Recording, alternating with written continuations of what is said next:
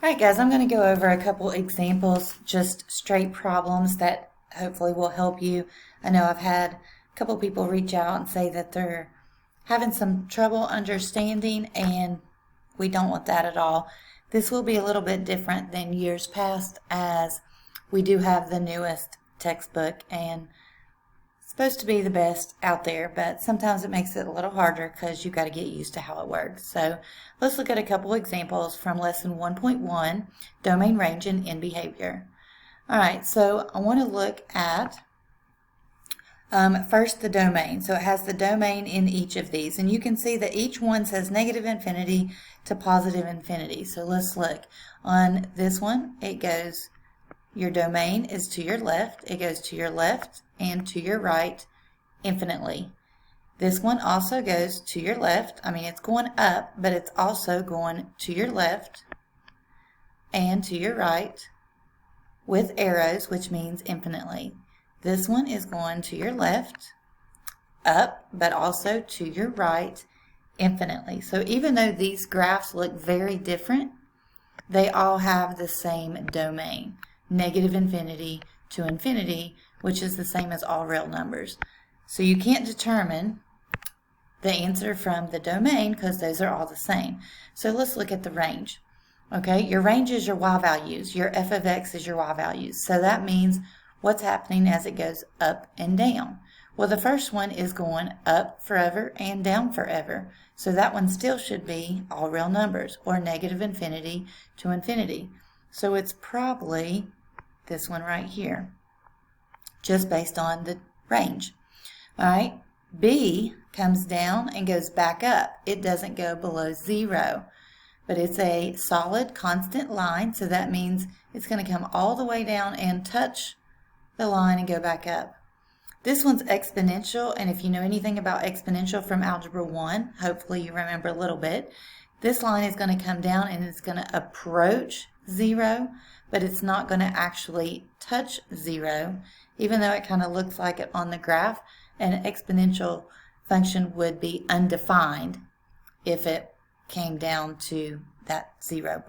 So you can look at the range here. This one says 0 to infinity. Parentheses means 0 is not included. And this one has the bracket. 0 is included. So we can determine the parabola would go with this one, and the exponential would go with the top one. And that's just based on the domain and range.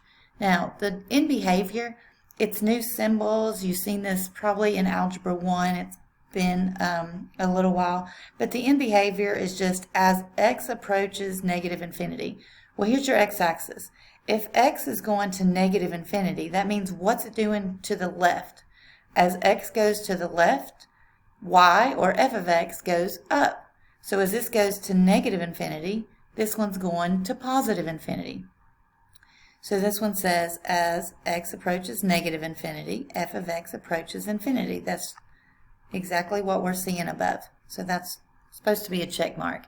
All right, so x goes to positive infinity. That means as x goes to the right, what happens? Well, as x goes to the right, your function's going down. So it's going towards negative infinity because your y's are going down with an arrow. So as x approaches infinity, f of x approaches negative infinity. So that one checks out as well. All right, so let's see on this one. In behavior, we're going to the left and up. So this is negative x's, positive y's. So for B, negative x's, positive for the y's. So that's exactly what we see there. All right, on the other side, we're going positive x and positive y.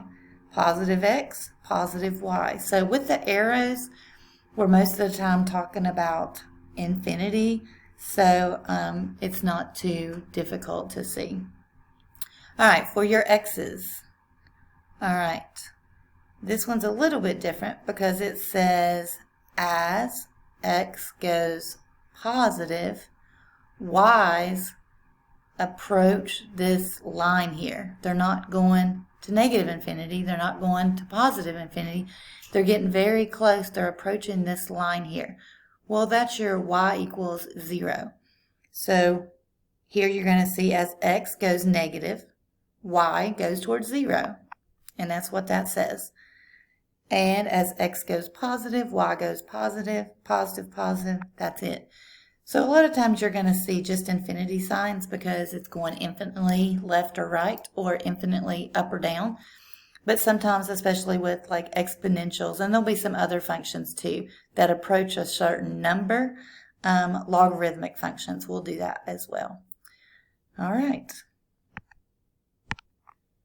All right, example 2. For problems 9 through 11, write the interval shown on the number line using set notation and using interval notation. All right, so for set notation, you're going to use the set symbols, which I'm not very good at drawing. Let's change this out of red. Let's see, let's use purple. All right. All right, so draw the set symbol. And then you're going to have x such that. All right, so this is only a number line. It's not x and y coordinate plane, so we're only talking about x's here.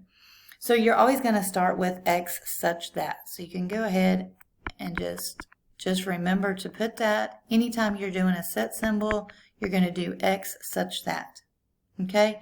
Now, for this first one, it has endpoints. Okay, this one's open and this one's closed, but this is a finite graph. So we're going to put x in the middle, and we're going to put -3 on one end, and we're going to put 0 on the other end. And then we're going to close the set symbol. Now, open circle means this point is not included, so we're going to put less than. Solid circle means this point is included, so less than or equal to. And that's it. Now, interval notation, it's a little bit shorter. Interval notation says we just put the numbers -3 and 0. And we have to know that this is open, so open in interval notation is parentheses. Closed is a bracket. All right, for the second one, it has an arrow, so we know it's going infinitely towards negative infinity. All right, so for this one, we're going to say x is everything less than or equal to 2. And it's less than or equal to because this is a solid circle again. And that's all we have to put for that one. We don't have to have another number on that end. Now, for interval notation, we want to have negative infinity because that's the symbol we use to represent that arrow going infinitely there. Negative infinity and 2. Now, 2 is included, so we're going to have a bracket. And infinity and negative infinity is an idea. It's not like an actual number. It's just the idea that that arrow is going to continue on infinitely. So we always use the parentheses for infinity or negative infinity. All right, for the bottom one, same kind of thing, except this time we're going towards the positive x's. So it's going to be x greater than 1. And we don't use the equal to because it's just strictly greater than 1. That's open, so that means that's not included in the x's. All right, so now we're going to have 1. And we're going to have to infinity. Again, infinity is always parentheses. This time the 1 is also with parentheses because the 1 is open circle, which means it's not included. All right, so I hope this helped going over just a few examples, a little bit better understanding of what you need to do. So if it says set notation, you need to put the set symbols. And if it says interval notations, you're going to use parentheses or brackets or a combination. If you have any questions, let me know.